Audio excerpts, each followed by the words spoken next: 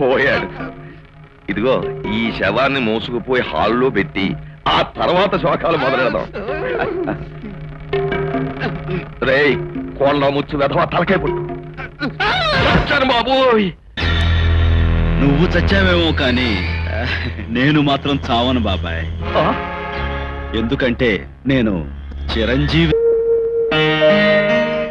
ప్రభు, మొత్తం మీద మానవుని బారి నుండి బయటపడితే ప్రభు, నాదొక చిన్న సందేహం. ఏమది? ప్రస్తుతము ఈ మానవుని శరీరము బాలరాజుదైనను ఆత్మ ఖాళీయను అనేది కదా. ఆ గత జన్మ స్మృతులతో ఈతడి ఇచ్చట ఎట్లు మనగలడు?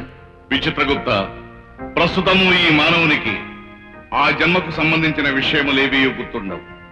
ఏ కారణము చేతనైనను ఆ జన్మకు సంబంధించిన వ్యక్తులను కలిసినప్పుడు గాని, సంఘటనలు విన్నప్పుడు గాని పూర్వజన్మ జ్ఞానము కలుగుటకు అవకాశం ఉన్నది. కానీ అట్లు జరుగుటకు అవకాశమే లేదు కదా. కనుక మనము నిశ్చింతగా ఉండవచ్చు.